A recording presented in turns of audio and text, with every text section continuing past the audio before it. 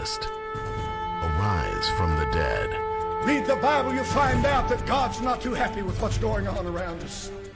Redeem the time, because the days are evil. The Bible has not changed. Boldly proclaim the restoration and preservation of Christian values in America. Satan has brainwashed a whole nation. As goes the church, so goes the nation. Nobody's convicted of anything anymore. And now, here's Last Call with your host, B.J. Edwards.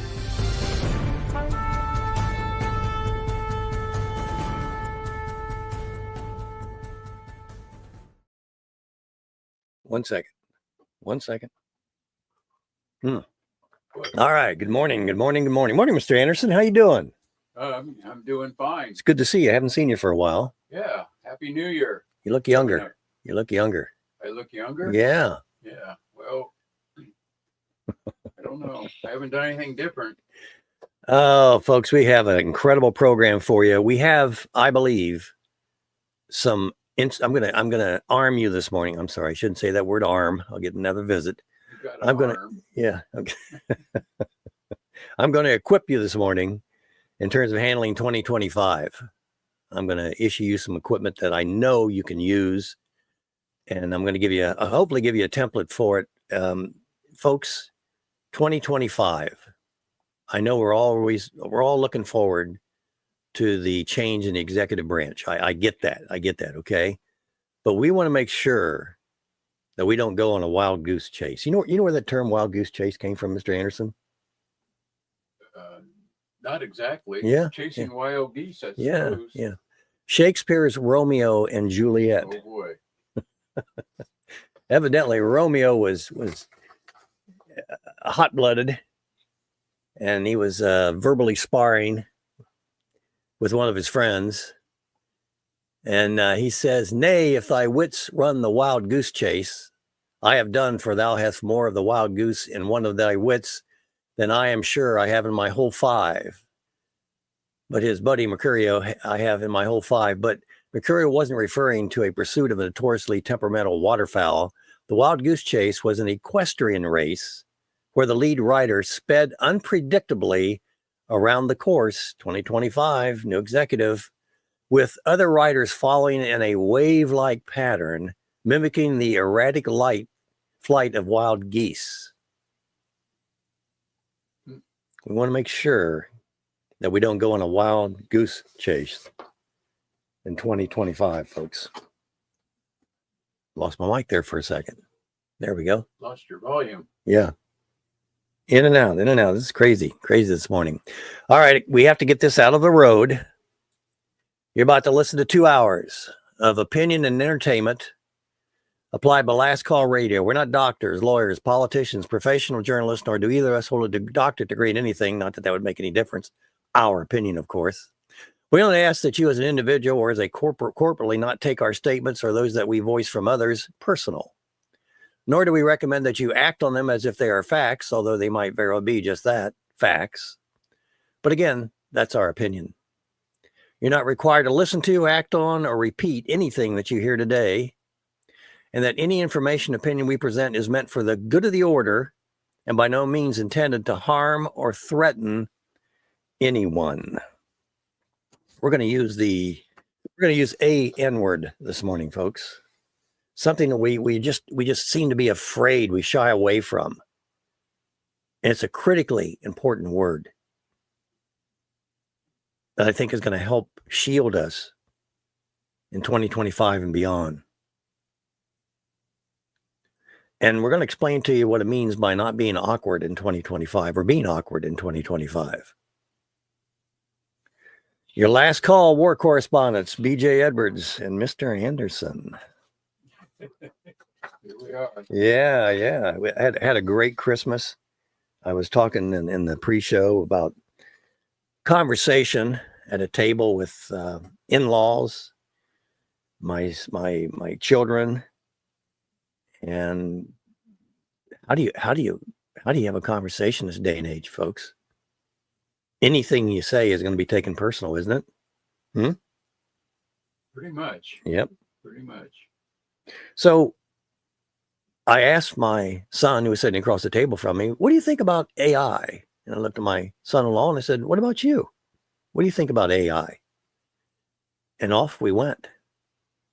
It was a good discussion.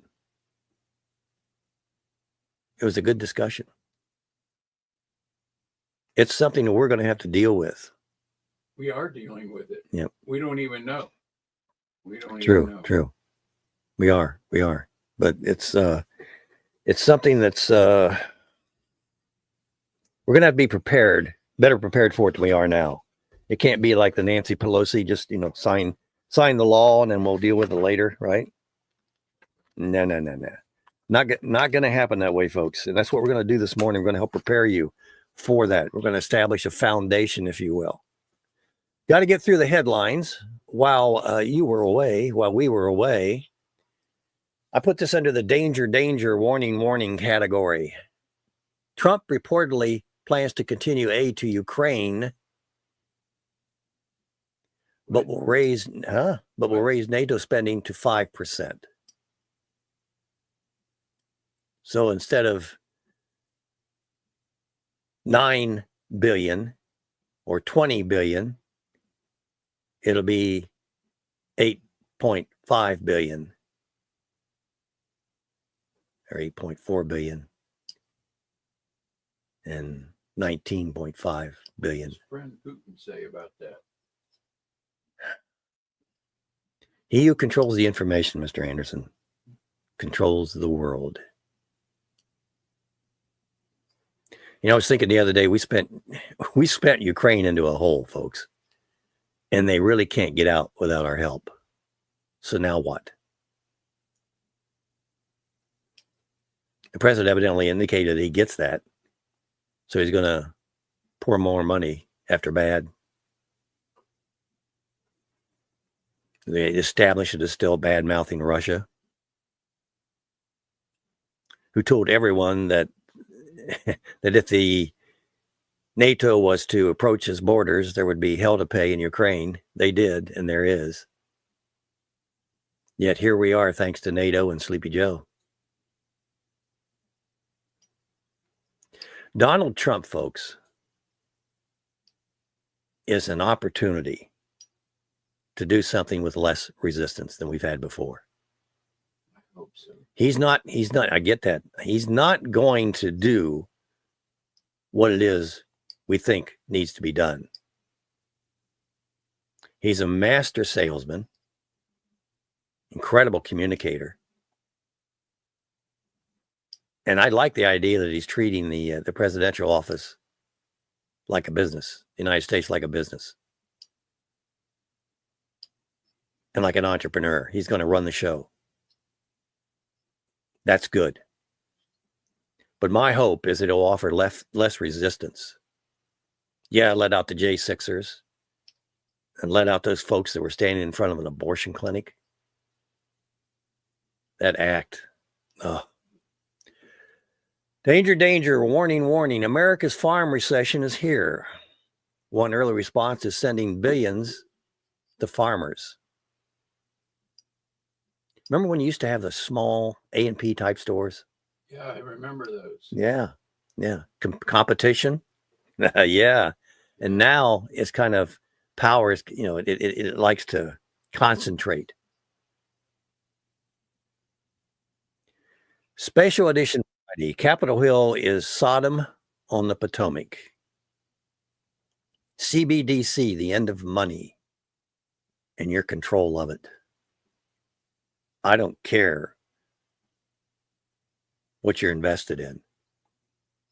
Once this becomes digital, maybe it's because of Christmas, but I'm reading a lot of complaints about the post office.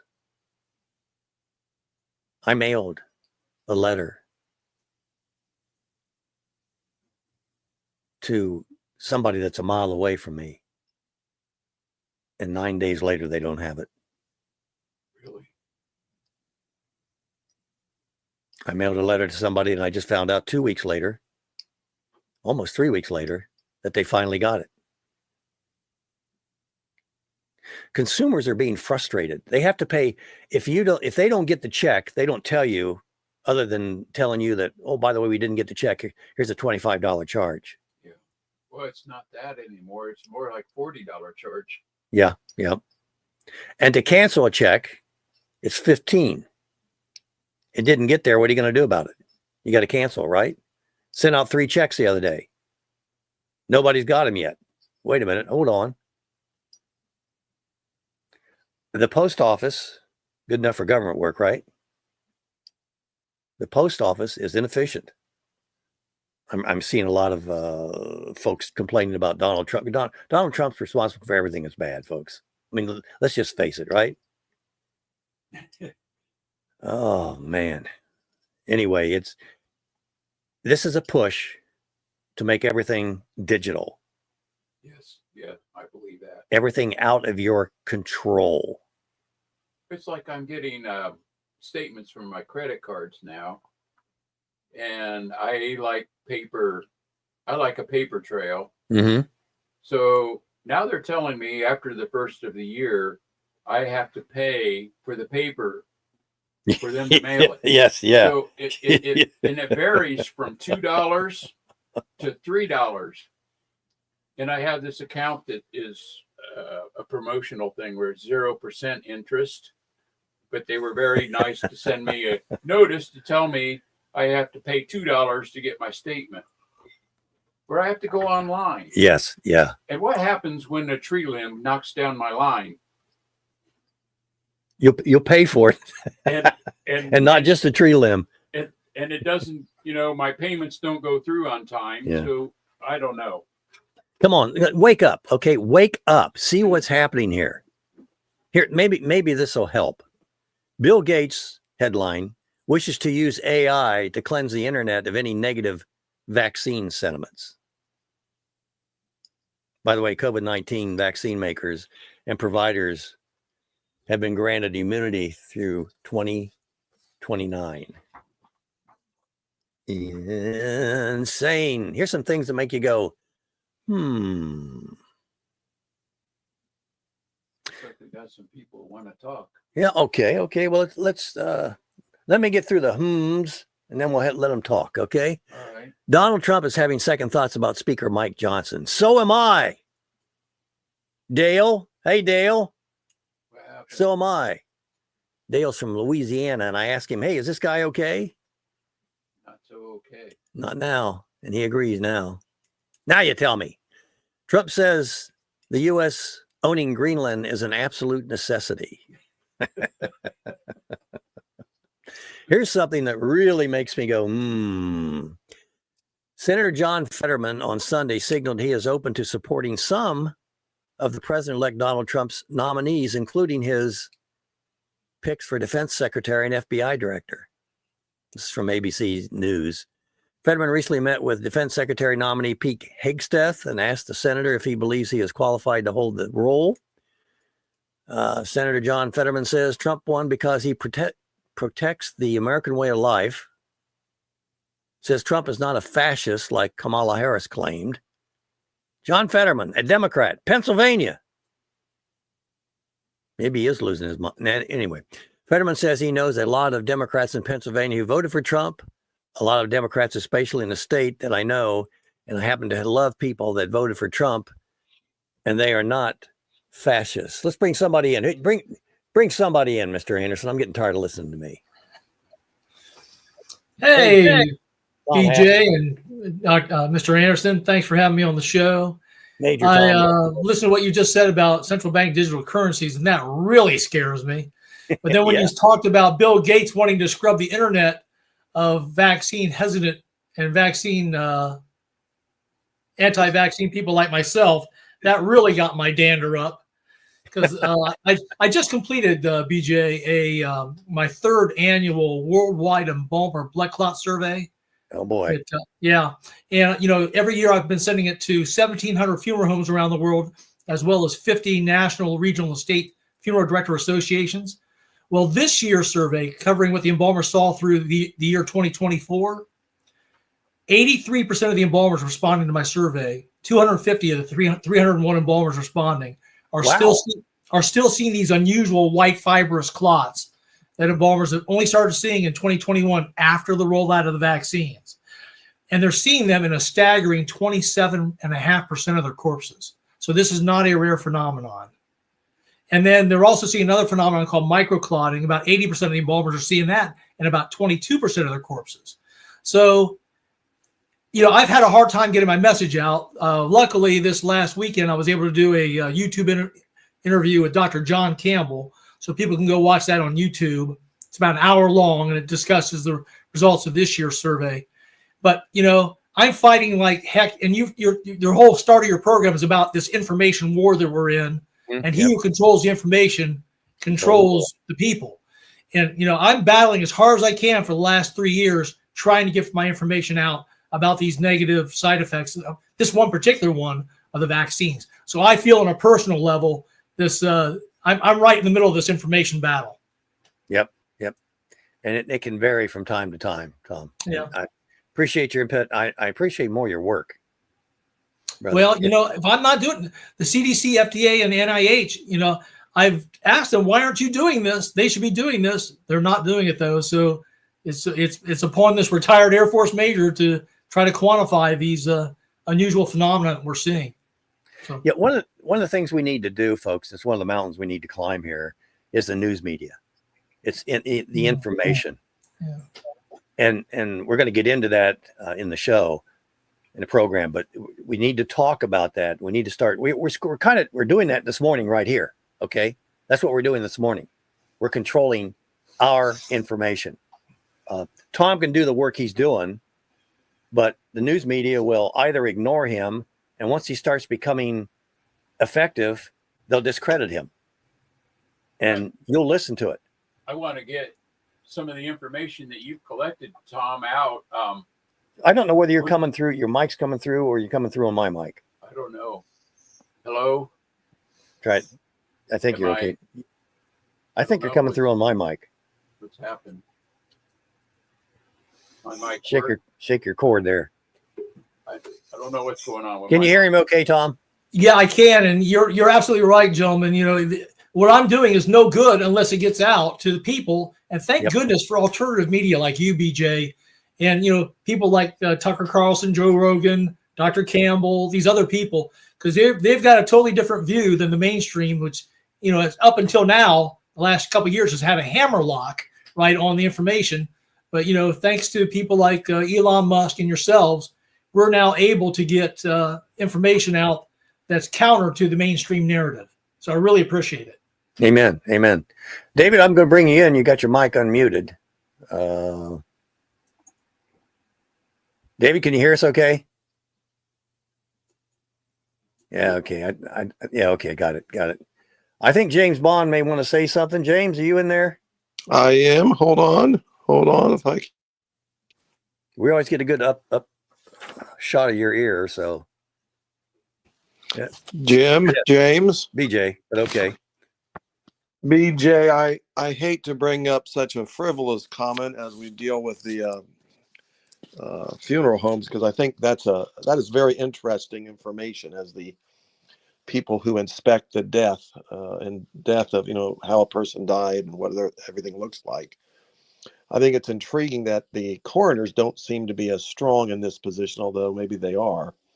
But what the funeral directors is seeing is interesting. But my frivolous comment takes us back to the post office for a second. Why would anybody trust an organization to deliver anything who had entered into a contract with Amazon to deliver packages, and each time they delivered a package for Amazon, they lost $1.89? What? Well, yes, that's post office was in a contract. It was a couple years ago, and Trump brought it out. They had a contract to deliver packages for Amazon. And the contract was so in favor of Amazon that each time the post office handled something on behalf of Amazon, they lost $1.89. I mean, so those of you that want to invest delivery responsibilities with a company that enters into contracts and loses money, good luck. Good luck.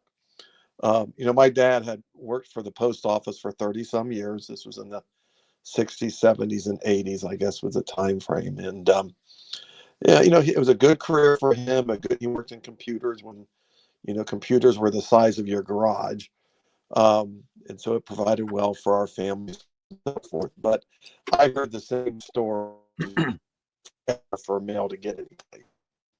That's amazing. That's amazing. Hey, we're going to take a break. When we come back, I'm going to get back into the section, and I want to get into the 7 mountains of opportunities that we have before us. B.J. Edwards along Mr. Anderson. Last call with B.J. Edwards. Real talk about real life.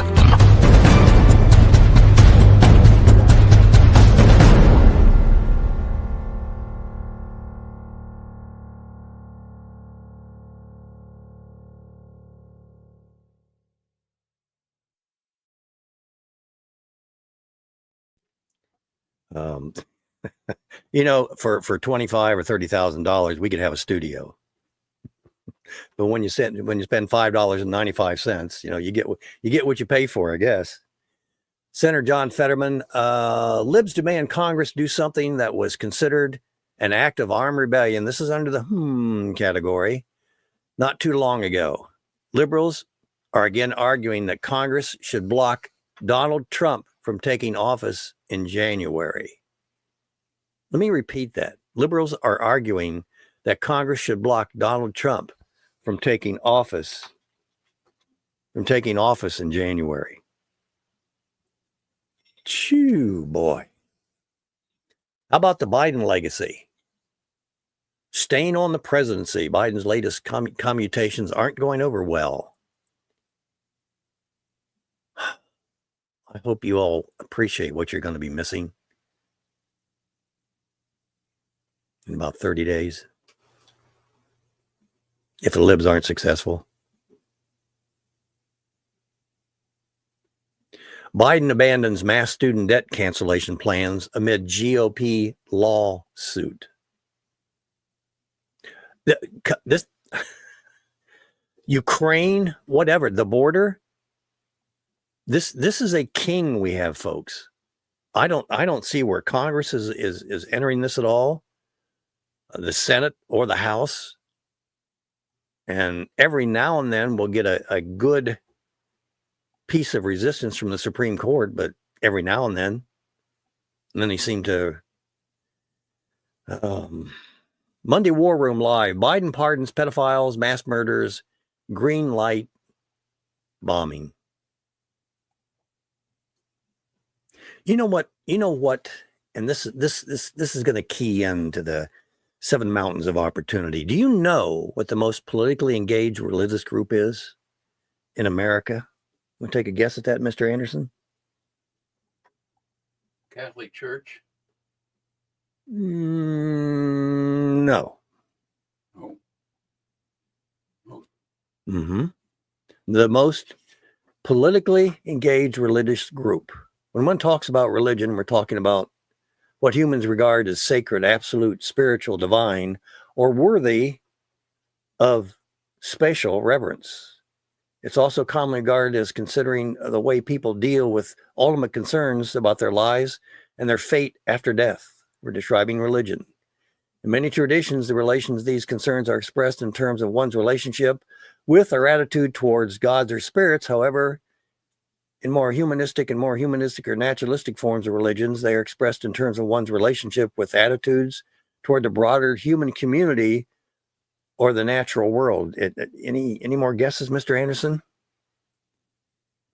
In many religions, people are esteemed to be invested with spiritual or moral authority, the religious life. Another way to define it is a system of symbols, creed, code, cults, by means of which people orient themselves in the world with reverence to both ordinary and extraordinary powers, meanings, and values. Faith is mentioned a lot. But as with Christianity, Islam, there's another faith. It's called atheism.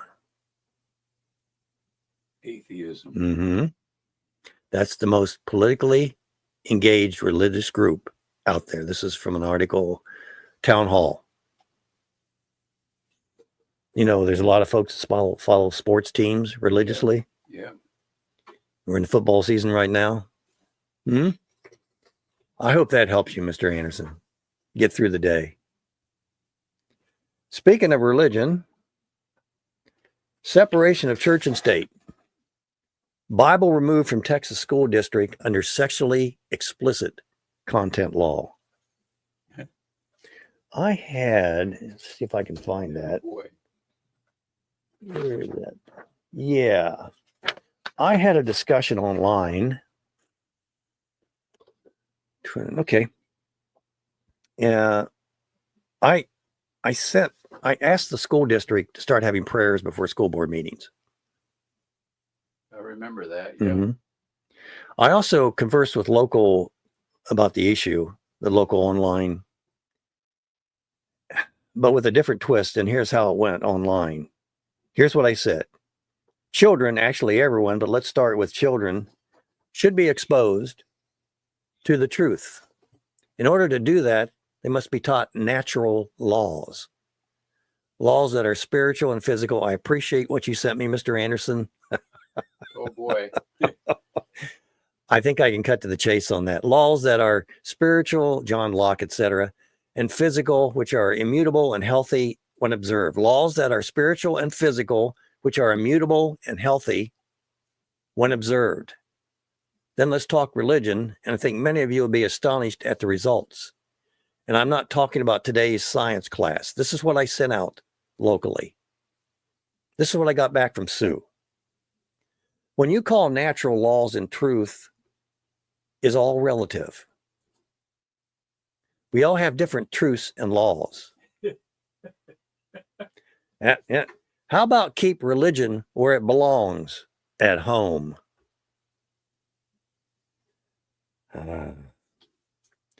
I responded to Sue. I find it very interesting that by my just mentioning natural laws, you quickly assumed that I was religious. What religion, by the way? I haven't heard back from her. Dave, to which version of natural law, again, thank you, Mr. Anderson, do you adhere? Darwin, Aquinas, Old Testament, John Locke, 21st century libertarianism? Which one? Great question, Dave, and thanks for asking.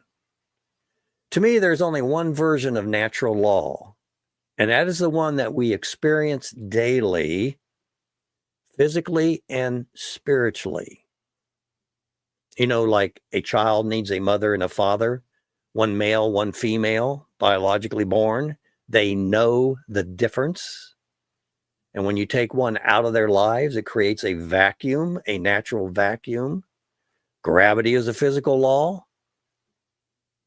Immutable laws, folks. Suspend them, yes. Can't deny them. When God created the earth, man, and all the animals, he created a environment that supports his creation. Not works. How much oxygen do we need? What about water? I mean, he put water. He gave us water. What did he give us water for? Come on. He knew what he was doing when he created a positive environment around us. And when we say, God, you're wrong, let me show you. Well, you know what happens after that, right? Here's another response, this time from Tom. Not our Tom, but another Tom. Different Tom. At least I don't think it's our Tom. I don't think we need to go back to the days when things that were not understood were just credited to or blamed on a god or other power. Without science, many things that are certainly known to be unhealthy would still be acceptable. What laws are natural, and how do you know? I responded, there's an old saying that experience is the best teacher. In your and my daily life, we experience the environment around us and learn. by the way, that is done with our eyes, our ears, our nose, our mouth, and our skin.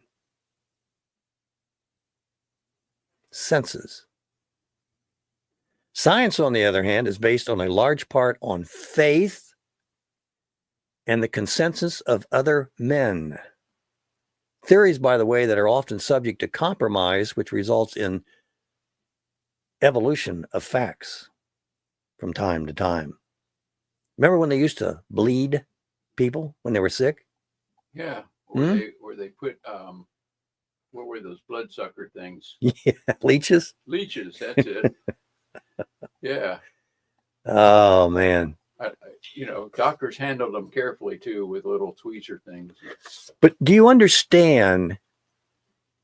By just making a suggestion, an innocent suggestion, whoo, the attack begins, right? They can't have the truth out there on the table. Get rid of it. We can't have it out here. Stop that. Well, back to somebody saying, well, truth is relative. The question is that the truth? Yeah. Oh, man. I love it. I love it. I love it. Let's take a break, Mr. Anderson. What's that? Man's law, natural law, based upon principles of truth. And I got it. Mr. Anderson sent me some information, John Locke and some other Plato, et cetera, et cetera. They talk about the truth. When they talked about the truth, the one thing, and I don't have enough time to read all these theories, folks. Oh my goodness. And to study them and find out somebody's opinion of somebody's opinion of somebody's opinion. Philosophies. But yes, what they talk about, and it seems like when you start talking about natural law, the first conversation that comes into is rights. Yes. Do run into a lot of rights. And I'm going, whoa. I want to talk about natural law. And then we can talk about rights. But if you put it in a rights focus, you get a libertarian lean, folks. Right to life. Which means we can do pretty much anything we want to do as long as it doesn't hurt anybody else, right? In your home, in your bedroom, right? That's okay. No problem. But there is a problem because those natural laws do exist. And they do control mankind. They control the earth. Just keep that in mind.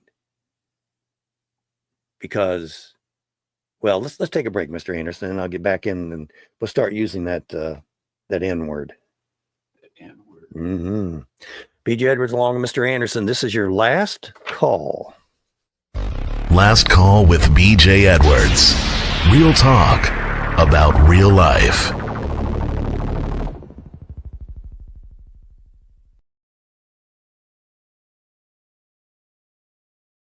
Unhappy. He hasn't changed. He hasn't changed. The Bible hasn't changed. Right. This used to annoy me, but I never really gave it that much thought. Well, when I keep hearing, and we're going to talk about family, because that's where the family is the vehicle that is going to carry us through this. It's the tank. It's the aircraft carrier. It's the airplane. It's the instrument that is going to carry us through these rough times. But we may want to make sure that it's in good shape. And we have to define what good shape is, okay?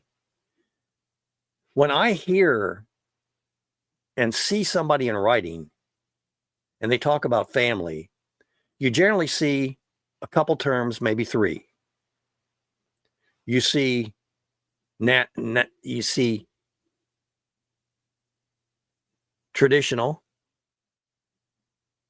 You see nuclear. There's an N word. Yeah.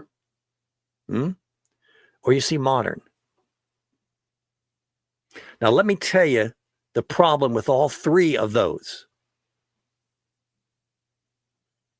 They can evolve. No, I'm sorry, they have evolved.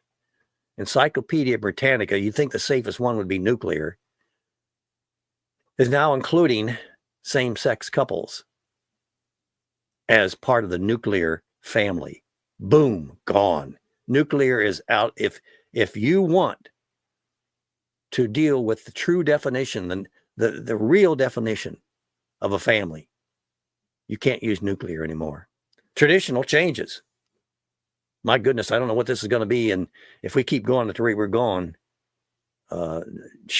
traditional is just going to be, it might not even be a family. 2 cats, a dog. Yeah. Yeah. I don't know. Yep. Bring your son in. He's going to meet the tree that he's going to be marrying. Modern, again, they all evolve. Got to get updated. Modern. They're all moving. The N word that we're going to use and that you need to start using is called natural. That's the N word that the enemy doesn't want to hear. Let me tell you what, there's 3 entities that don't want to use this. The LGBTQ community, obviously, and friends. Politicians and pastors. They do not want to use that N word. It's scary for them. Why is that? Because it's the truth. And it can't be changed. It's immutable. You see it. And when you talk about a natural family, you are talking about one biologically born man and one biologically born woman in a lifelong, committed, monogamous relationship with their children, preferably biological, but adopted makes you a family as well. A husband and wife is not a family. It takes children to be that.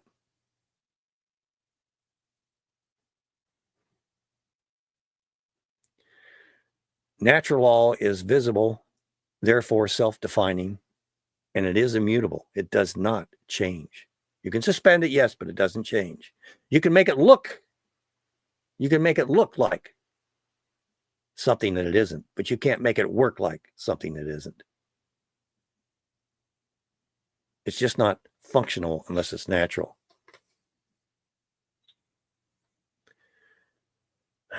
There are so many ways we can go with this, but first of all, if we're going to win this battle, we're going to have to start using the word "and." Natural. If you use anything other than that, you know what you're doing? You are defending the LGBT community because you are letting them in. You're opening the door to them. Come on in. Come on in. Nope. This is a nuclear family. Come on in. This is a traditional family. Come on. It's a modern family. Come on down. Boom. The door slams when you use the term natural. And I can tell you how powerful that word is because I have used it in front of all 3 of those entities. And I've seen the knees shake. And the growls come out. Hater. Yep. Hater. Norm, save me. Well, let me read you something here. Let me read it. Is it okay to read something out of the Bible? I guess, if it's natural. This is Romans chapter 1. He said, "For this reason God gave them up to dishonorable passions, for their women exchanged natural relations for those that are contrary to nature, and the men likewise gave up natural relations with women and were consumed with passions for one another, men committing shameless acts with men and receiving in themselves the due penalty of their error." So anyway, Bible does talk about the natural. That's probably a mistranslation. Probably so. That's the ESV version. Yeah. Depending on what version of the Bible you're with. They'll be changing that, by the way. Right, they will. Thanks to BJ and Last Call. They'll be changing that. Gonna have a whole new Bible. Yeah. As soon as we start becoming effective, I'm telling you right now, it is a powerful tool. I almost said that, didn't I? It's a powerful tool.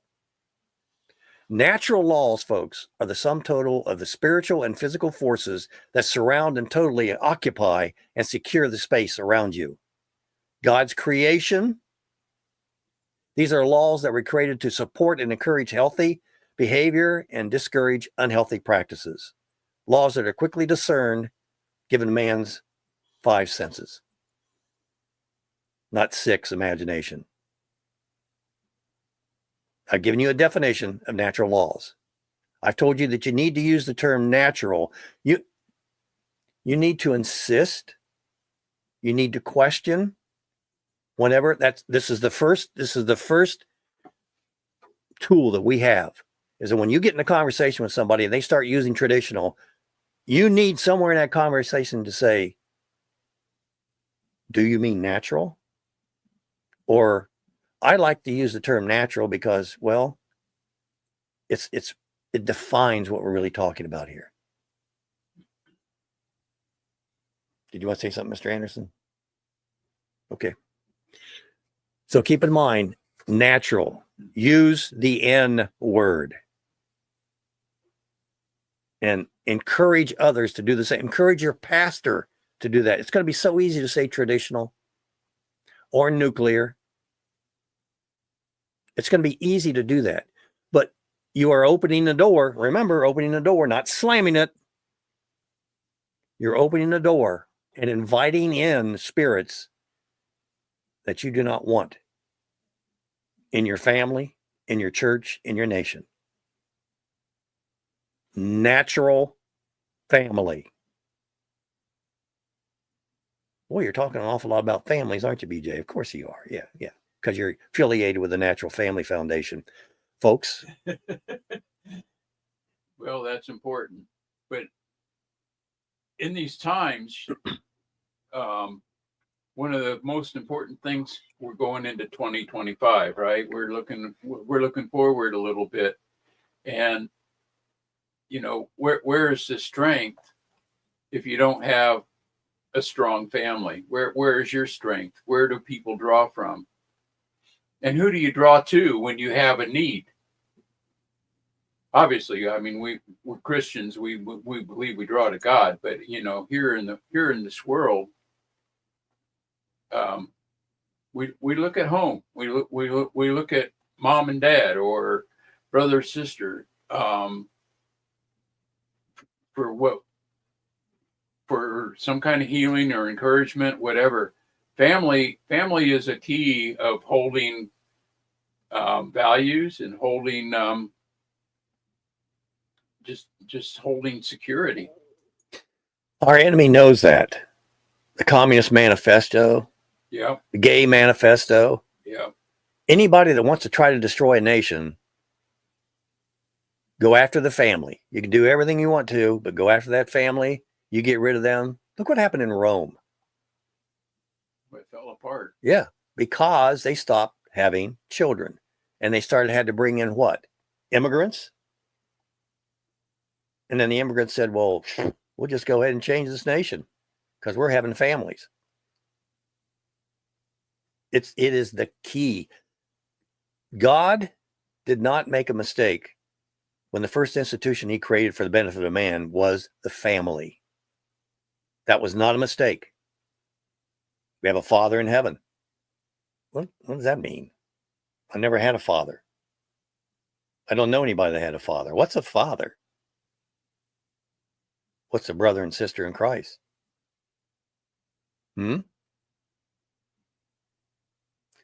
Our Creator knew what he was doing, folks. So let's not insult him. Let's use, it's right, to me, it's right.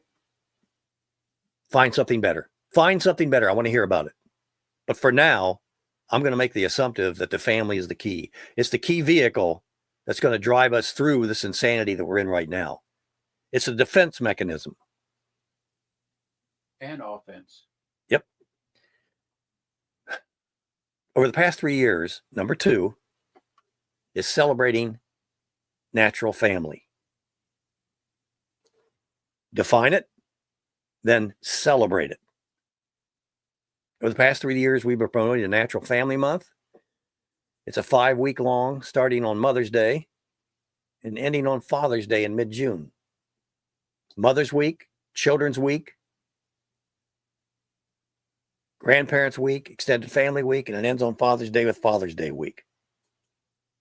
It is the most inclusive celebration, by the way, that you could ever possibly have, because somebody is somebody's child.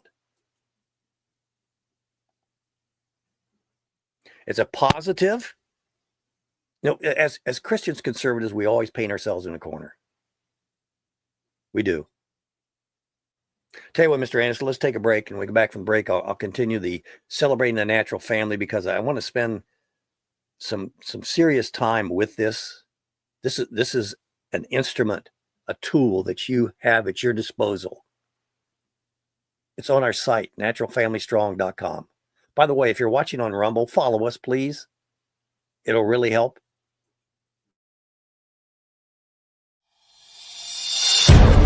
Faith, discussion, and so much more.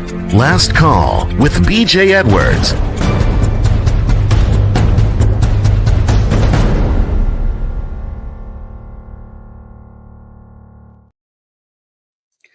David Arthur is just going crazy in our comment section. Yeah, I can't keep up. Yeah. Oh, yeah. I mean, what's that? We're created to be, our natural design is unchangeable, unmutable, and undeniable. Folks, there's no need for blind faith. I don't think that God wants us to have blind faith. Or we could have climate change. That's blind faith, right? You're born that way. What does that mean, blind faith? It means that you believe it, but you have no way of proving it. You have no way of justifying it. I believe it because it just is. I believe there's climate change, and I'm gonna quote scientists, but the scientists I'm quoting really don't have any basis for saying it, but that's okay. They're scientists, therefore I believe it. It benefits me to believe that. It benefits me to believe that there's no God. I can go out and steal, lie, cheat, whatever. There's no God. That benefits me. Atheists have a lot of faith, don't they? The past 3 years, Natural Family Month, New Hampshire was the first of all states. New Hampshire was the first state to celebrate officially our Natural Family Month. New Hampshire, you know how that happened? It happened because we did something that we didn't think would happen. Excuse me, say what? Again, New Hampshire, of all the states. We had an associate that was a representative, state house in New Hampshire, and she liked what we're doing. And we talked about presenting it to the New Hampshire legislature. And sure, why not? I mean, not to do is to do, right? If you don't know, do you try? Doesn't hurt to ask.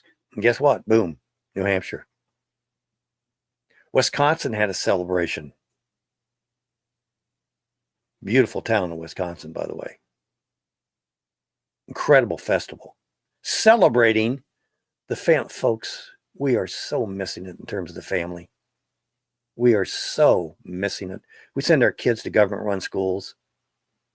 We teach our kids that life has no meaning, morals are relative, man, not God, is the measure of all things, and the state's your daddy. Don't mention the parents and how much you need to respect them. That is the key to your survival. Your parents would die for you. Would your teacher? Would the President of the United States? Nope. Your favorite liberal commentator? Nope. But mom and dad would die for you. That means something. But you got to know that first. And then start asking questions about that. The family. Celebrate it. Celebrate the natural family.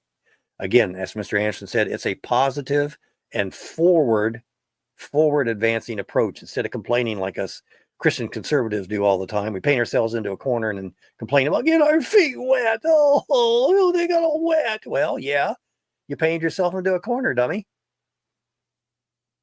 This is an incredible tool. Incredible tool. If you want to find out where your city council person is, or your county rep, or your township trustee, or your parish, your state representative, senator, federal, ask them, hey, would you consider a natural family proclamation? By the way, you can find it on our website, naturalfamilystrong.com. We have a proclamation there promoting the natural family.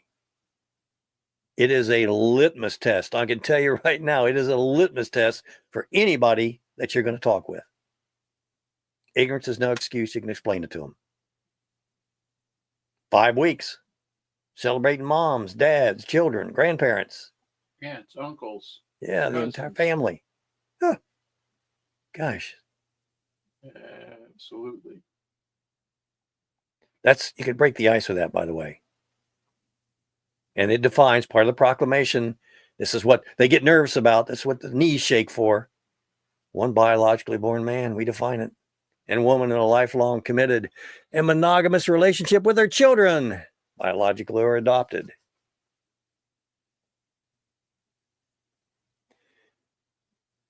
Natural. Start using that N word, natural.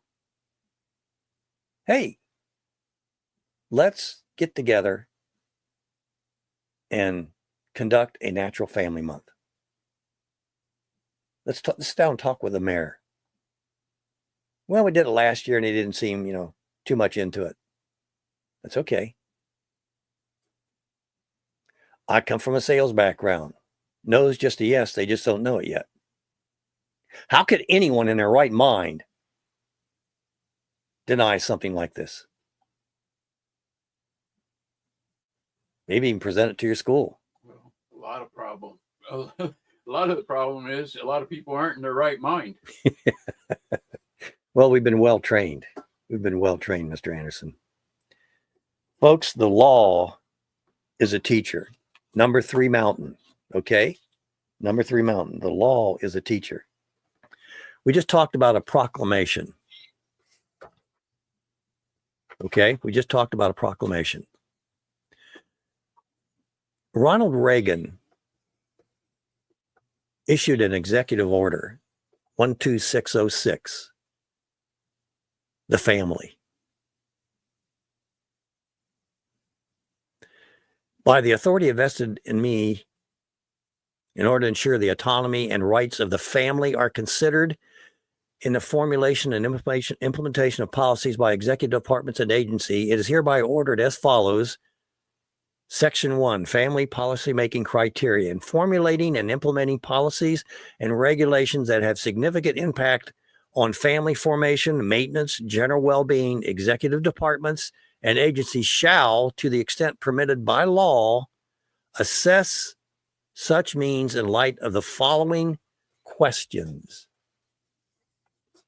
Does the action by the government strengthen or erode the stability of the family, and particularly the marital commitment? This is interesting. This is the guy that brought us no-fault divorce. He's a good man. He changed. Does the action strengthen or erode the authority and rights of the parents in education, nurturing, and supervision of their children?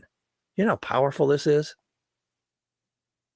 Does the action help the family perform its function, or does it substitute government activity for that function?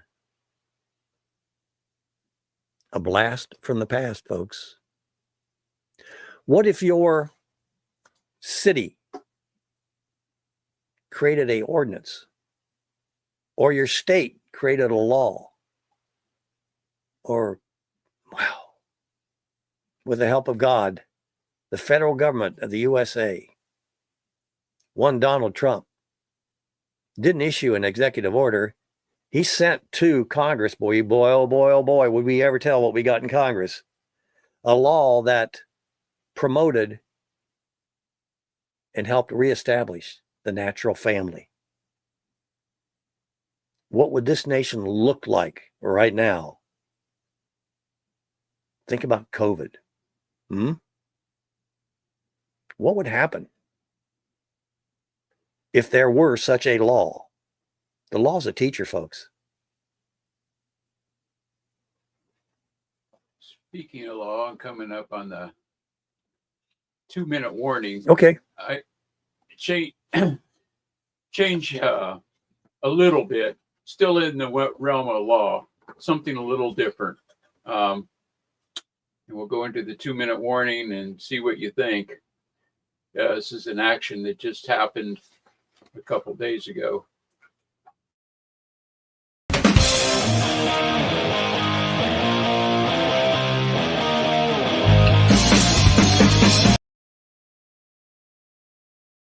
And the Bible, a question and answer session. It's time for us now to be studying to show ourselves approved of God. It's time for iron to be sharpening iron so we may know what we believe and be able to articulate the faith of the Bible and of Christ Jesus. There's a saying that goes, hindsight is normally 20/20.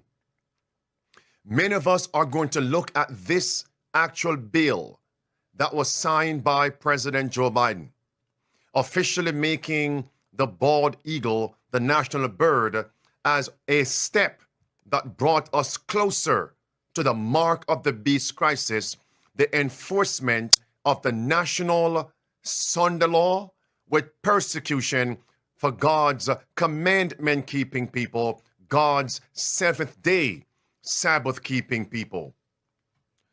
We believe that just before the second coming of Christ, the mark of the beast is going to be enforced. That's Revelation 14, verse 9, verse 10, and then verse 14 through verse 16, the second coming of Christ.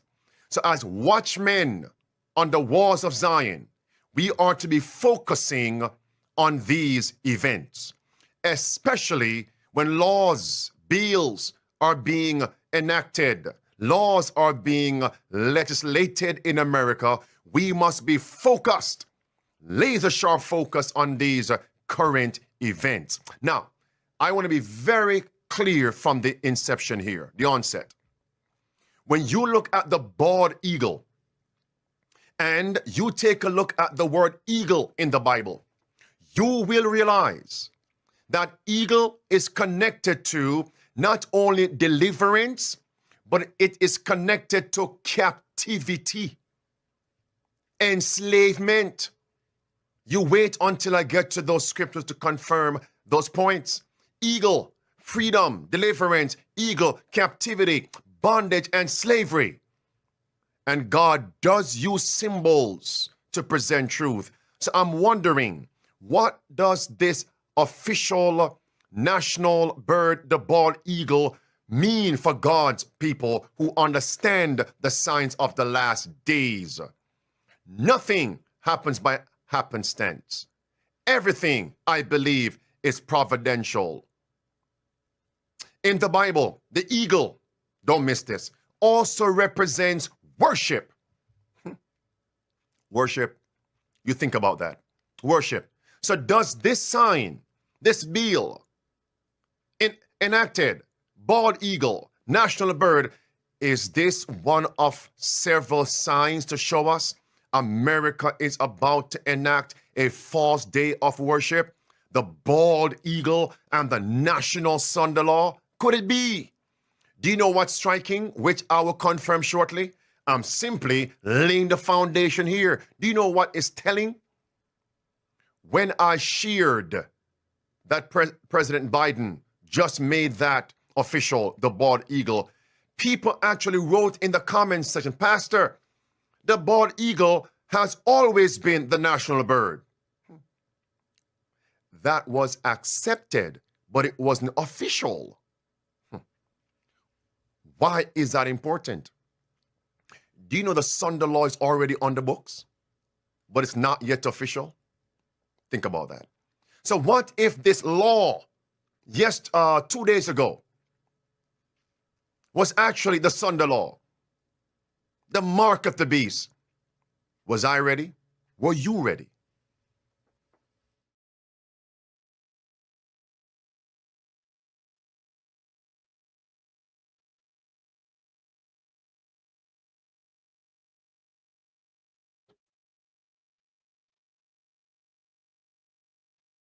We taking a break or what? I don't know what. Keeping you informed. This is Last Call with BJ Edwards.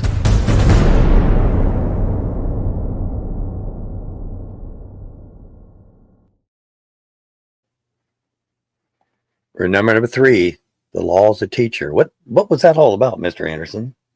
Well, it was very unusual. And I don't know what to think about it yet, but it caught my attention. I believe it was, The bald eagle. the bald eagle. Yeah, Biden signed a bill declaring the bald eagle as a national bird. I said, like this guy said, it already has been since like the 1770 whatever. I always thought I never thought anything different about it.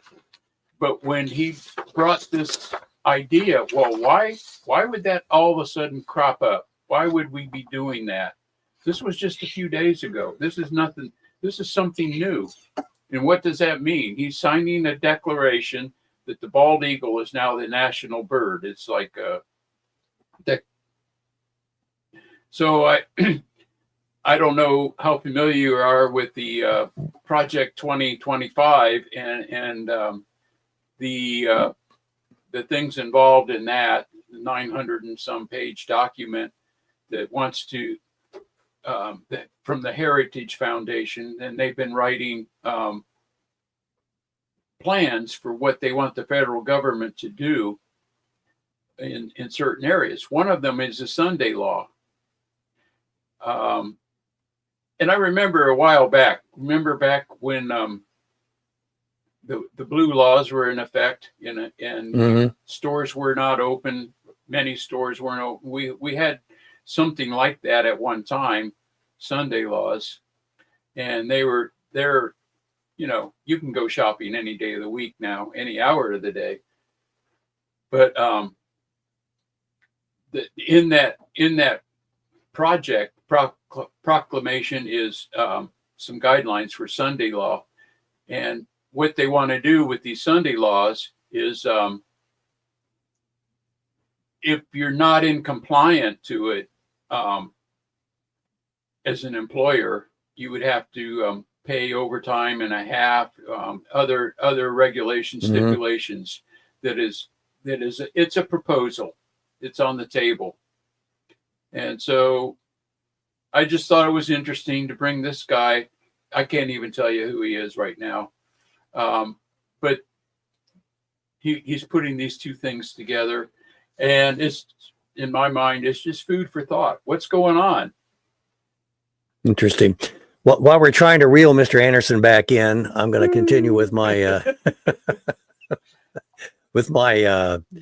number 3. Well, we were on number 3, which is the law of the teacher. Before we talk about the next number 4, before we talk about the next one, I want to talk to you about an article I read, which I think is going to help us understand all 7 of the mountains we're talking about. This is it's this, but you don't know this. Faith and family, the title of the article, matter more than race and status when it comes to children. This is from the Western Journal, Brian Chae. He talks about Christmas, celebration of Jesus Christ, religion. In 2020, the Public Discourse, a journal of the Witherspoon Institute, generated an achievement gaps report, which, as a study put it, was to examine the well-documented discrepancies between the scholastic achievement of African Americans and Latinos on the one hand, and white students, whitey, on the other hand. The study's author, William James, further explained the crux of the findings. Are you listening? His analysis revealed that if an African American or Latino student was a person of faith and came from a two biological parent family, the achievement gap totally disappeared, even when adjusting for socioeconomic status. They're poor, they can't learn. Oh, really? But wait, aren't we being told that race and status provide unconquerable barriers of entry and success without government-mandated DEI initiatives and victim right laws, reparations? I repeat, the analysis yielded results that variables that most reliably reduce the achievement gap are family and faith. The data is clear. Parental family structure and parental involvement were major explanatory factors and solutions with respect to the achievement gap. In other words, having two involved parents was a major advantage regardless of class or race. Wait, what? Yeah, that's right. The author of the study, and I'm reading from the text, the author of the study argued for keeping the nuclear family intact. The sort of chatter that drives radical leftists insane. If you really want to emphasize it, use the term natural family intact.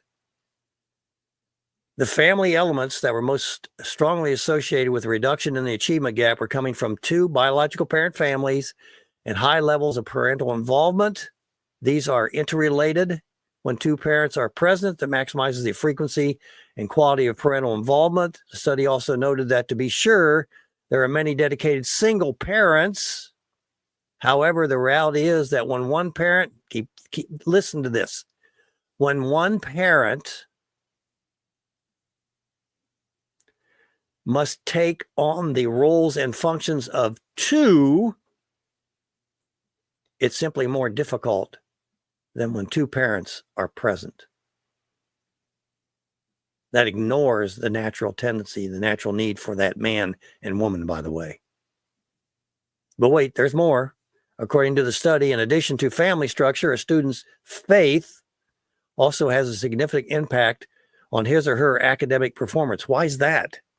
Regularly attending church and other house of worship, defining oneself as being a very religious person, yielded the most significant reductions in the achievement gap. Maybe that's because faith can give a person a sense of purpose in life and a disciplined lifestyle.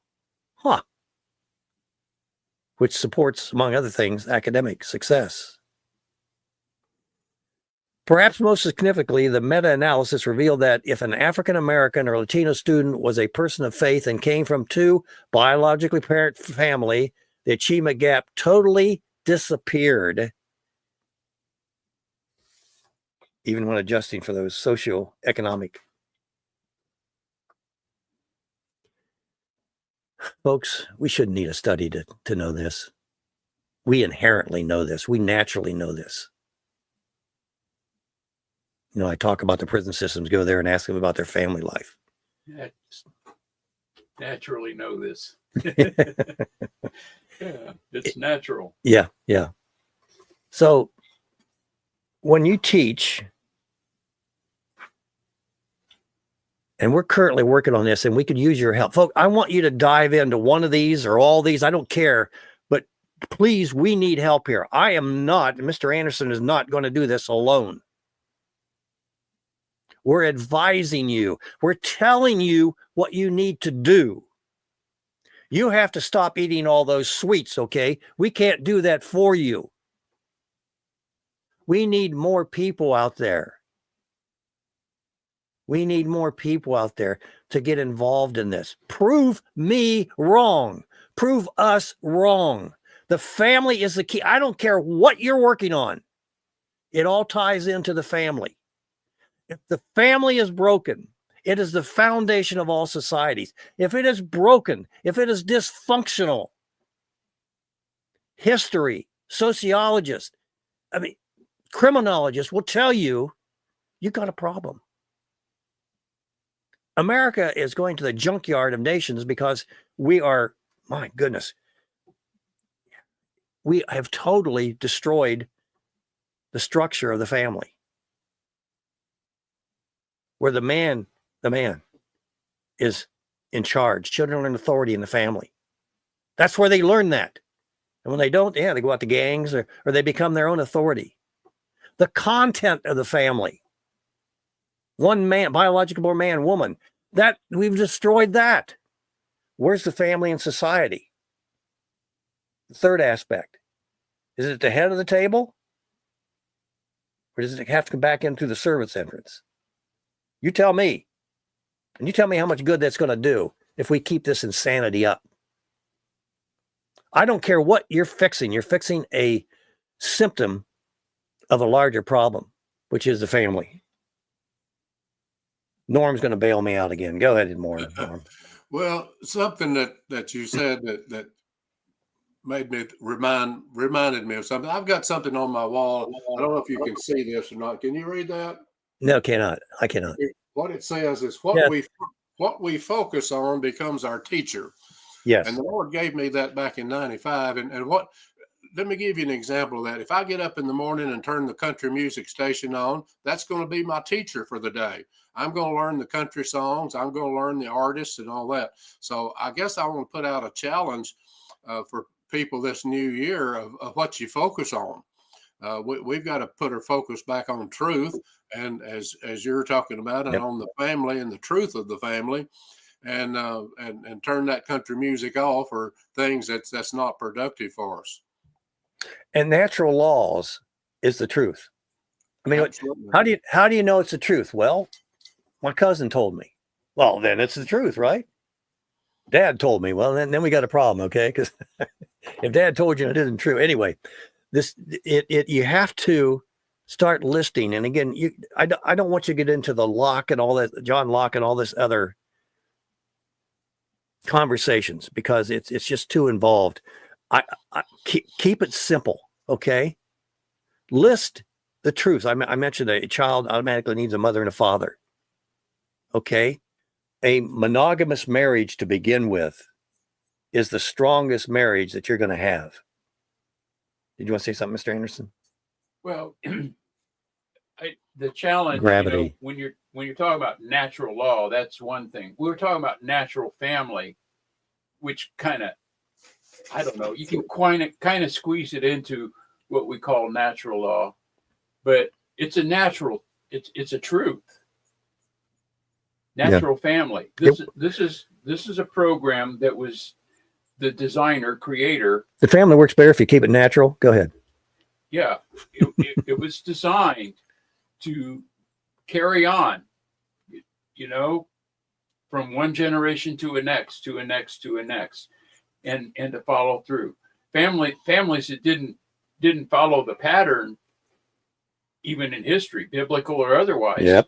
We find that those families didn't survive the situation. They didn't keep on. But the culture around them that supported natural family, the idea mother, father, children, survived all time, generations. That's a natural law, by the way, generational issues. James Bond, did you want to say something? He's there, but not there. Yeah, you got yourself unmuted, James.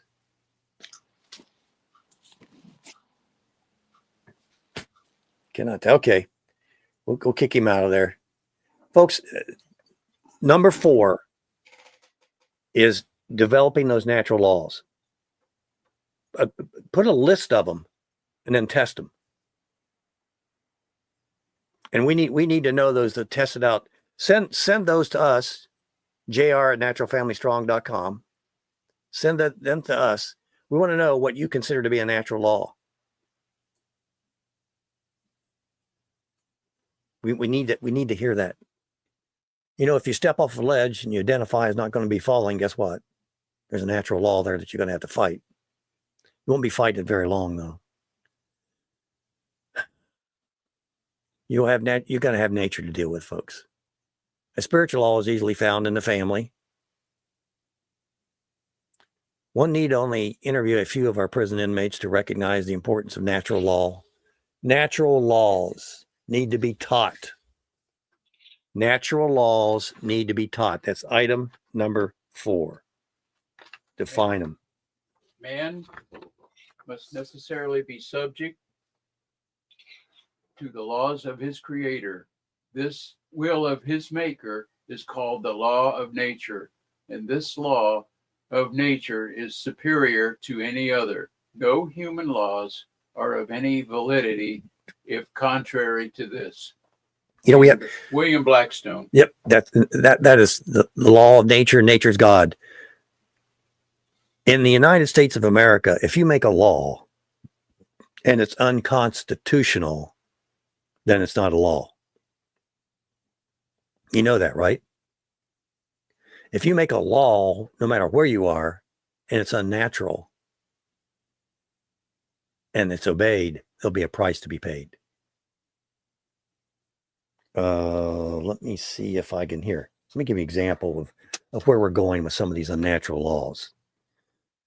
Let me tell you why my daughter temporarily decided to escape being a woman and adopted a transgender identity. At 11, she was exposed to porn. At 11, she saw porn where women were subjected to the most disgusting activities. At 11, she began to run from her body. Thinking that to be a woman, she needed to be like women getting choked, raped. So at 13, as she became a woman, she said she was a man. That is why.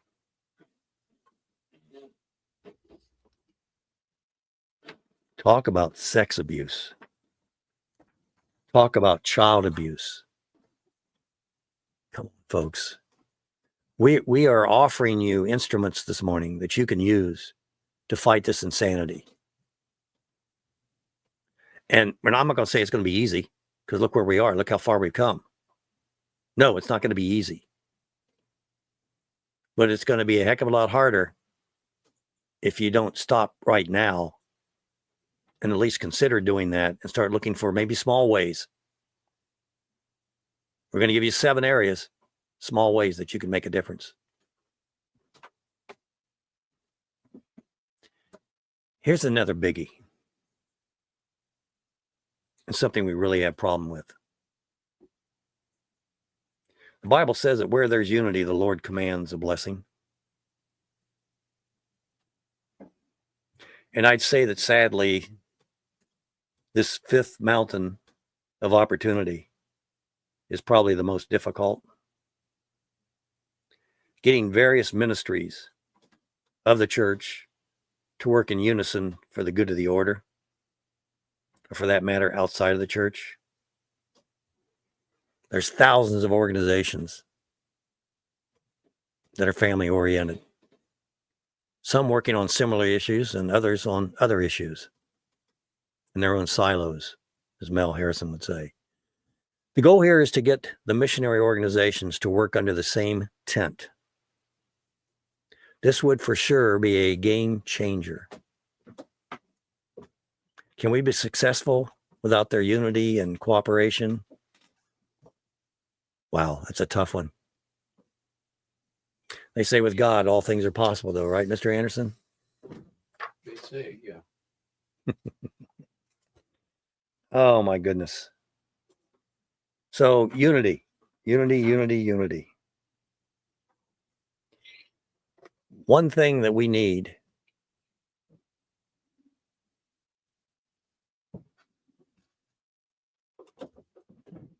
is prayer.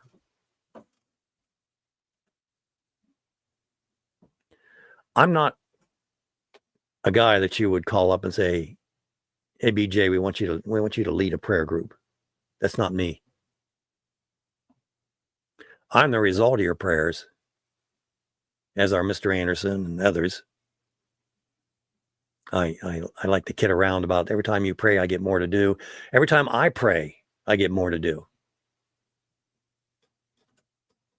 Not complaining, Just saying. But prayer is important. I think it affords a lot of wisdom, a lot of support. Things coming out of left field that you never expected to happen. But for what we're talking about in this movement, for what we're talking about,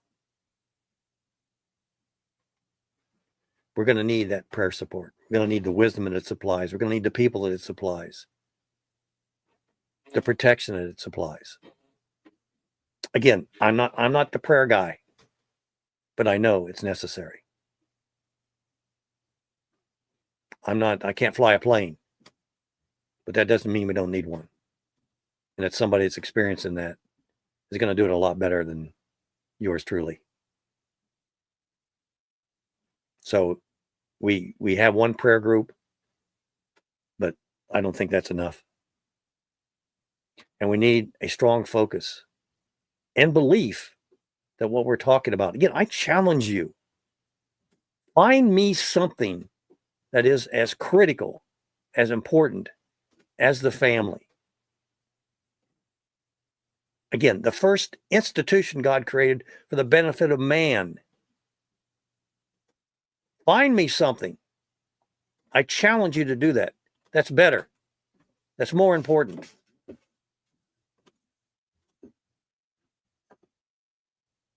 I don't think it exists out there. Mr. Bond, if you want to say something, unmute yourself. I see you. I can't emphasize this enough. I'm going to bring James Bond in. He's there. You got him? Okay. James, go ahead, please. Bail me out. Yeah. I'm trying to bail you out. I don't know how to get back to you. You're here. We hear you. You're there. Am I there? Yeah. Oh, BJ, I've listened to you for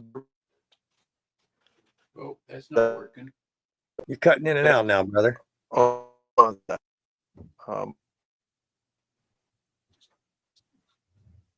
that. You hear that? You're cutting in and out. I don't know whether some kind of connection issue there. You want to try it again or maybe come back? Go ahead.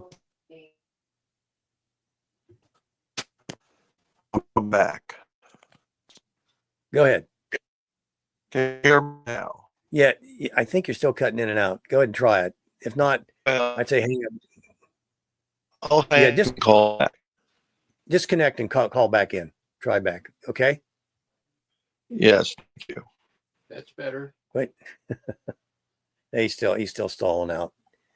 Well, I just made an adjustment. I don't know if that. Oh, he made an adjustment. No, it's not helping. It's not helping. Again, prayer for our family outreach, any family outreach. But if they're not using the term natural, I'm sorry, they're inviting the enemy in. You have to use that term natural family. Tom's coming to your rescue. Is he? Well, looks like Tom and Norm.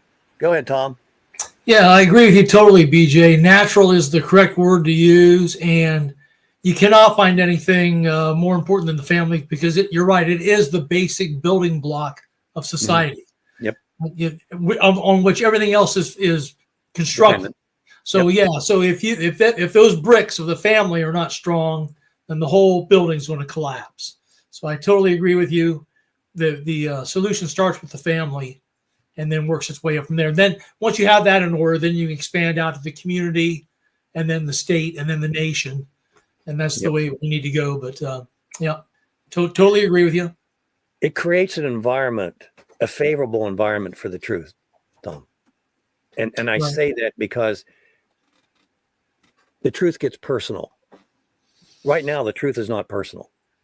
We know what it is. Go ahead. Yeah. And one of the things we know that's really destroyed that brick of the family and the whole structure of that family is that, the husband that really should be the leader of the family is getting usurped in a lot of cases by the wife, who has been going through a lot of feminist training over the last 30 to 50 years.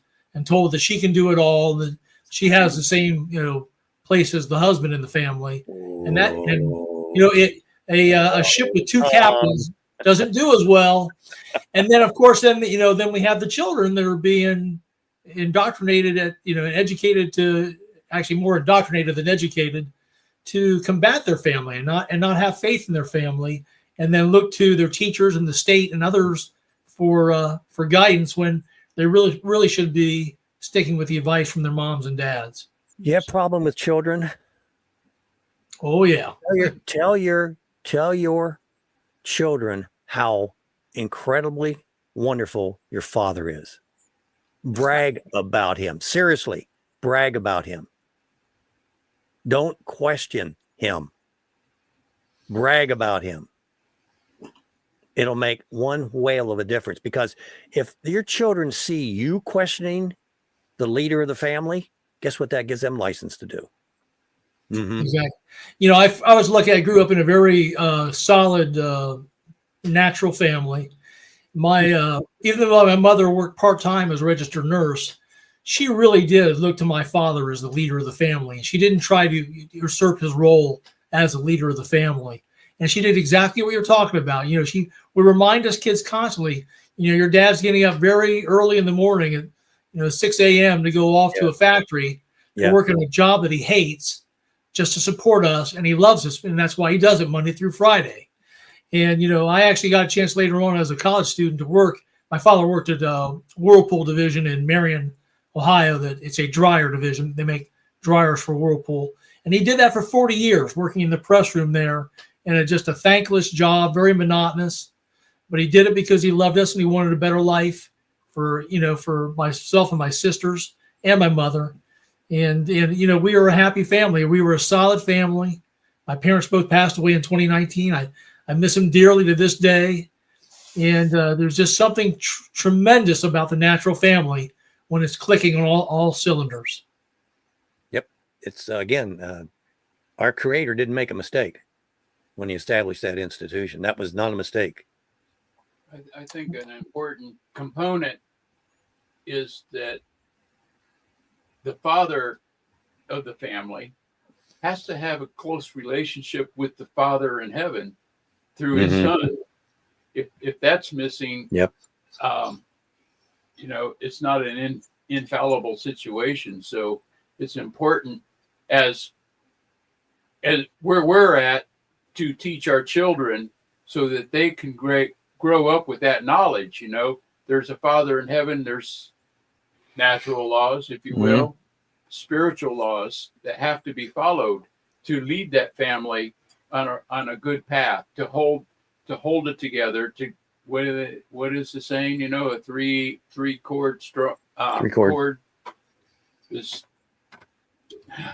I can't come up with the phrase now.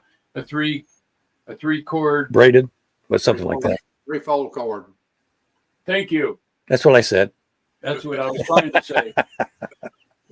It's stronger, isn't it? So it's stronger. So Not easily broken. Yep.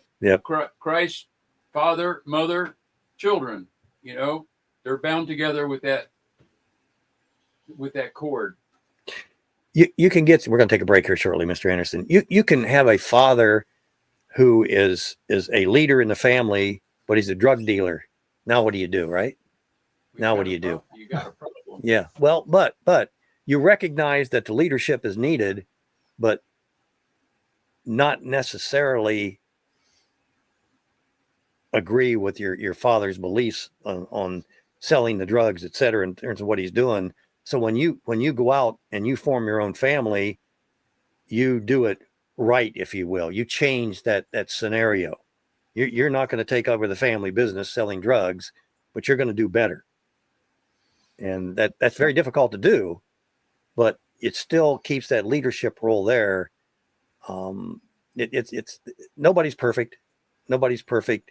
But again, the institution is set up. The structure is set up. Like you said, Mr. Anderson, God, Jesus Christ, man, woman, children. That is the vertical relationship. And in this day and age, that has all been flipped to where it's all horizontal now. Everybody is in control. The sons, the daughters, the government, the school teachers, the repairman. It doesn't make any difference. Everybody's the head of that individual, or they're equal to that individual. That just doesn't work. That's anarchy, folks. Well, it goes back to that one response that you had earlier in the first hour where the person was saying, well, truth is relative. So that's where that's that horizontal thing. That's where people are operating. They're not working on that vertical relationship, but that horizontal one. Well, it's my truth. Yep. I've got David Arthur's put something down there. We're going to go ahead and take a break. And when we back from break, I want to discuss what David is saying, which he brings up a very, very good point. And then I want to get into item number 7, which is a big one as well. B.J. Edwards along with Mr. Anderson. This is your last call. Folks, you need to share this with at least 10 people that you know in your family preferred. Just edit me out. Yeah. And did it anyway. Why do you think He was told by his teacher. Project 2025. Have you heard of it yet? If not, I'm going to quote from it. Strap yourselves in. Revelation 13 is coming our way. It's a conservative Heritage Foundation-led coalition of interest groups and think tanks putting together a 920-page policy prescription for the next Republican administration that they want to see in the presidency.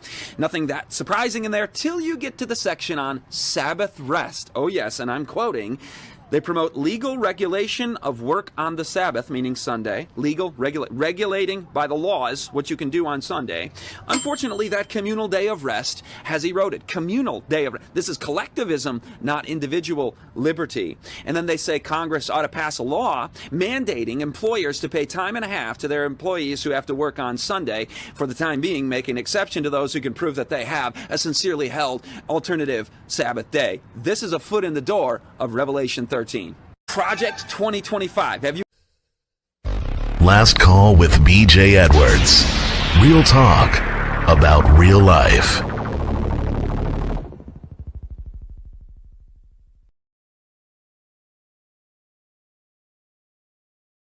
And we're going to get to item number 7. Thought that was James Bond trying to call in. But before we do that, I want to show this. Losing the natural bond with same-sex parents is almost always the case. And in a few instances where the individual claims they had a good relationship with their same-sex parent, that is just not the case. I've seen this for many years, and every single individual I have ministered to. That's from David Arthur, who knows from experience from whence they came. Folks, that one of the concerns I have is with same-sex parenting, because of the natural need for a child for a male and a female. They provide different things in the relationship, a natural need for that. And when you take it away, there's a vacuum created. But what happens when you bastardize it? That you lie to your child and tell them that Mrs. is Mr. or Mr. is Mrs. And inside of them, they inherently know something's wrong here. Something's wrong here. I don't know what it is, but something's wrong here. And then they find out, in essence, that there is no Santa Claus when they grow up. Wow, what kind of feelings? David, can you come in? Can you hear me? Yeah. So I just wanted to touch on that because, getting into the natural, we are naturally designed with a natural desire for same-sex intimacy. The world is, of course, went against that. We have songs like Daddy's Little Girl and sayings like Mommy's Boy, and that's just not so. The little boy is not closest to mommy, and little girls are not closest to daddy, and that's just not the way it was designed. We have a natural desire for same-sex intimacy. When that desire or that need is broken, thus comes in the lie of same-sex attraction, et cetera, et cetera, et cetera, all the way down the line. So when I say that we have this natural desire for same-sex intimacy, it's because intimacy, as tainted as the world has made it, right? We go to the mall, we see intimate apparel. That's intimacy is not sex. Intimacy is a close familial and familiar bond. That's what intimacy is. And when a child goes to the government public school system and they don't understand why they have this need for same-sex intimacy, they are then told that their desire for same-sex intimacy is either an attraction, which means it must be what? Romantic and or sexual, thus coming about the whole homosexual lie. There are not homosexual sins and heterosexual sins. Naturally, all sinners are heterosexual. All sin is heterosexual sin because naturally in God's good design, he designed us in through his lens heterosexual. Just because we've tainted that and we've twisted it and we've gone off the deep end and we have men giving up the natural use of the woman and burning in their lust for one another. Just because we've done that does not make it an quote unquote orientation. Good thoughts, David. Good thoughts. Thank you very much. God bless you, brother. God bless. Appreciate all you do. I want to get into the last point. Number 7. Number 7. And they're all important. This is more from a secular standpoint, but is still carrying the same subject. That is the natural family. Let's call it what it is, folks. The biblical family. The family that you find in the Bible. Well, what about all this? Yeah, I hear you. I hear you. One man, one woman. He who controls the information controls the world. In addition to our not being unified, we don't communicate. Well, I've been in this for almost 40 years. And I don't have to talk to somebody that's been in it for 4 days or 4 months or 4 years. I'm better than that. I don't have to. They don't have anything that I can learn. We have benefactors. They're giving us money. Talking from an organizational standpoint. And if I associate with you, well, you're kind of awkward. We're going to get the last video we're going to show today is about awkward and what we mean by awkward. It's very well explained, but you're kind of awkward and you kind of rub elbows but you'll elbow people and it's just not, it's not how we do things. And if we associate with you, although you might be right, BJ, you might be right. But if we associate with you, we're going to have donors questioning us. And we might lose some members, and we need those numbers. Or, I hear what you're saying, but you're absolutely wrong. You may have 40 years, but in 10 years, I learned the truth. And I have it on authority from the Holy Spirit that what I'm doing is right and what you're doing is questionable. Let me give you an example that around Christmas time, anyone talk to you about Christmas trees or celebrating the birthday of Christ when he wasn't really born? Yeah, you've had those conversations. But we need to recognize that our message has to get out over the secular humanist news media. We need to start designing plays, designing networks that will communicate with one another. How you do that technically could even be another issue. I mean, yes, we're really tied into the internet, but we don't control the internet. And at any moment, that could end. Now what? The phone, maybe. But you think that's not controllable as well? Or at least you think they don't know what you're saying? Of course they do. So we have to start thinking in terms of the importance of controlling information, getting filtered information from a positive standpoint. The information we're getting right now is quite filtered. We make decisions based on information. The information we're getting is one-sided. I'm still fascinated. I predicted that Donald Trump would not win this election because I knew he was controlling the information. And you saw it. And I guess we call that a miracle. Yet to be proved, okay? Don't get me wrong. Don't get me wrong. We don't know yet. Don't know for sure. Again, at the very least, it looks like we're going to be offered less resistance to doing the right thing.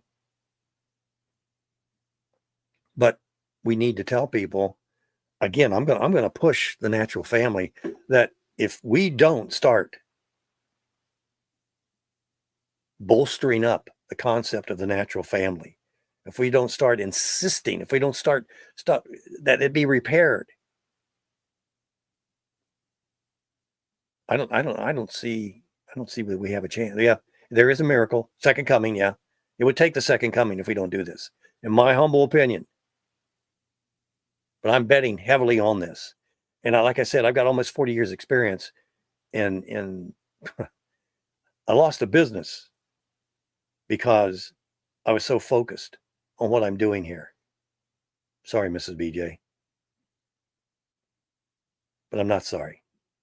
I'm glad that I have learned what I've learned, and I've acquired the friends that I've acquired, and the enemies that I've acquired. Okay.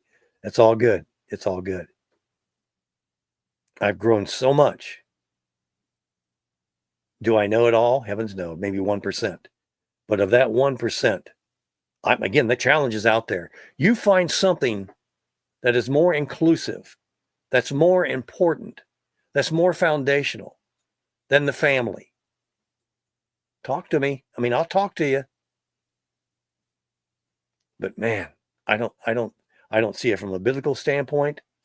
I don't see it from a practical standpoint. The family is the key. And you have to define the family like we have to define natural laws, because they support not just the family, but civilization as well. The family is that vehicle that is going to take us to where we need to be taken to. As goes the family, so goes the church. You can't, to me, you can't fix the church. And maybe I could say even God had that in mind when he created the family. He didn't have to create that. Just leave it at Adam and we're done. But he did. And there's a reason and purpose for that, and a usefulness in it. I just don't see the USA or civilization in general advancing any further without us recognizing, whoa, hold on a second here. The family's falling apart. I don't know what the divorce rate is in America. I'm guessing at 50%. I don't know too many people that haven't been divorced. But the fact that we have no fault divorce The fact that we have no fault divorce is a problem in itself. It's a commitment problem. Let your yays be yays and your nays be nays. You get into a relationship in today's day and age, you don't even have to get into a marriage. You just live with the person. And again, I'm not saying that you have to be legally married, okay? I'm not saying that. But if you make that commitment and you make that legal commitment, but you know that when you step across that threshold, that marriage threshold, that you've got 1 foot in the door and 1 foot out the door, what's going to happen? More than likely, life's tough. Marriage is tough. Parenting is even tougher. And all of this, and all 7 of these mountains of influence that we brought to you this morning, and all 7 of them, you've got to be bold. You've got to be bold. And you've got to be brave. And you've got to be convicted. Sounds an awful lot like our enemy, doesn't it? Yeah. There aren't too many of us bold folks out there. I think the numbers are growing a little bit. Pain is a great teacher. Norm, I'll let you in, and then we'll close it out with being elbowish, if you will. Okay. Well, there's something that I've been thinking about here the last few minutes, something I think we need to start praying about and working toward with the expectation of getting it done. You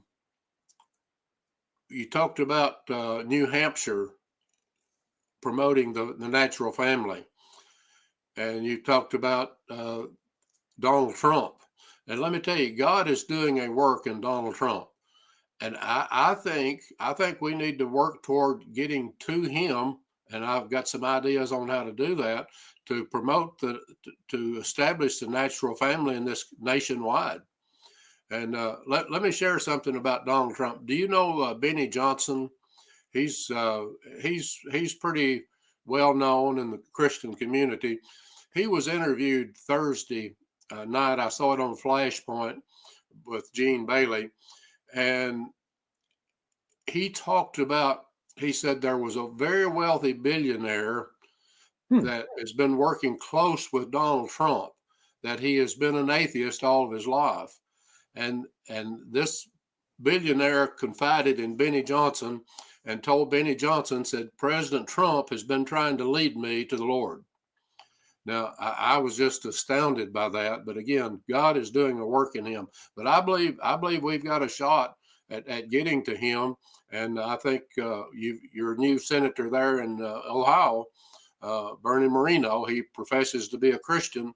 And if you could work through him to get a plan to President Trump, and I believe we'd have a shot at getting that done. Sounds good. I don't know whether we got that video, Mr. Anderson. I don't see it in. I don't know whether it's this one. St. Stephen was the first. That's the one. All right. Folks, you're going to have to be bold. You're going to have to be convicted. You have to believe in what you're doing. You have to. Because your enemy definitely believes in what they're doing. JC, real quick, and then we're going to get out of here. Real quick, he mentioned Bernie Moreno. I did tell Pastor Bill in my letter to him I wrote a week ago that it worked. We got that message to Moreno and Trump Jr. to get that to Donald J. Trump to speak it. About a week and a half ago, I had 2 different people tell me Donald Trump spoke on a talk radio. I think it was Hannity. I'm not sure. But 2 different people heard Donald Trump say that 4 years later, a pastor has been put in prison for J6. So he finally spoke it. So it works. So, and here's an idea I got. I'm going to run this by you, JR. Been thinking about this when you talked about them trying to stop Trump from taking office. How many liberal wackos do you know? How many does Mr. Anderson know? We all know some. What we ought to do is start rumors on email and Facebook, whatever, put it out there that all of us Democrats are going to D.C. January 6th. Set them up, all go, about 1 million of them, and see if they get thrown in the gulag. You know, I could invite the Democrats on the square and say, listen, I heard all these Democrats are going to D.C. on January 6th to stop Trump. They'd probably go. You know, I'm tied into some liberal networks. I get those emails. I'm thinking about maybe doing what you're saying, JC, saying, you know what? Are you on board? We're going to Washington, D.C., January 20th. I heard there's going to be 1 million people there. They're going to stop Trump. We have to stop this. We can't let him take office. He's going to destroy the nation. Oh, he's a king. Oh, the theme will be stop the dictator. Folks, we've gone across a lot of areas today, the seven mountains. I want you to think about that. Please stop using traditional when you talk about family. Stop using nuclear. Stop using modern. Don't use anything other than that N word, natural. That's the key. Natural laws. That's what's going to carry us through. We have to demand the truth, folks. So a quick review of the 7 pointers that you wanted to emphasize. I don't have them in front of me. Oh, dear. Prayer. We need to make a meme. He controls the information, yeah. Where there's unity, the Lord commands a blessing. Use the N-word. Teaching, yeah, the N-word. Hang on. Teach your children. Yeah. Celebrating the natural family, the law as a teacher. And using the N-word. And approach council and various groups for making unity. Proclamations. Yeah. Professional. That's a biggie. Forgot about that one. Yeah. Anyway. Reach out to your city councils and other places where people can make a community celebration out of it. Local. Start there. Home first. Maybe your church, city council, school board meetings, trustee meetings, parish. Come up with events to do for the 5 weeks that go with it. We're trying to take this up north, by the way, to Canada. Just for an FYI. Got some folks that are interested in doing that, but I want to. I'm American first, but I'll take it wherever I can get it. Folks, again, please consider sharing this critical broadcast today. And I'm going to end it with this. And be bold. Don't worry about stepping on somebody's toes, folks. Being awkward, I'm good at that. Yep. Here we go. St. Stephen was the first ever Christian martyr. He was stoned to death for his views, and somebody called Saul, who was later called Paul, and became the most prolific of the apostles when it came to writing the New Testament, stood by and apparently watched the event of the stoning. Now, what is the reason for referring to all this? It is very simple, it's very straightforward, and it is that if change is to happen in this world, we need cantankerous people who will stand up and say to the emperor, "You are wearing no clothes," as St. Stephen did. We need people who have a vision of change, as he had. We need people who will hold their convictions, whatever the situation, as he did. And I think that in that sense, the reason why Stephen's Day is straight after Christmas Day is partly to draw a contrast, and even a comparison between the two. The contrast, of course, being that Stephen was meant to be very much a human being with all the normal flaws that we all have. And of course, by then, Christianity was claiming that Jesus was divine. Take it or leave it. I'm not telling you which to do. But Stephen also died for his convictions. And the point that I made yesterday when talking about Jesus is that he died for his economic convictions. And I'm not suggesting that anyone should ever die for their convictions, because I sincerely hope that will always be unnecessary. But we do need people who will live with the discomfort that being outside the mainstream brings. Because it is uncomfortable to be a critic. It is difficult to see your career blocked by those who don't want to hear what you have to say. It is difficult to know that most of the world disagrees with you and would rather not hear until the moment when they realize that you were right all along. Stephen never got to that point. He died before that opportunity arose, and as I'm saying, I hope that is not the case for today's critics. But my point is, we definitely need them. All change is dependent upon the existence of awkward people. Stephen was an awkward man, a man who would stand up and say, I don't agree with you, however much you wish to persecute me. And if we are to have a better world, then we need some more awkward people. Thanks for watching this video. If you like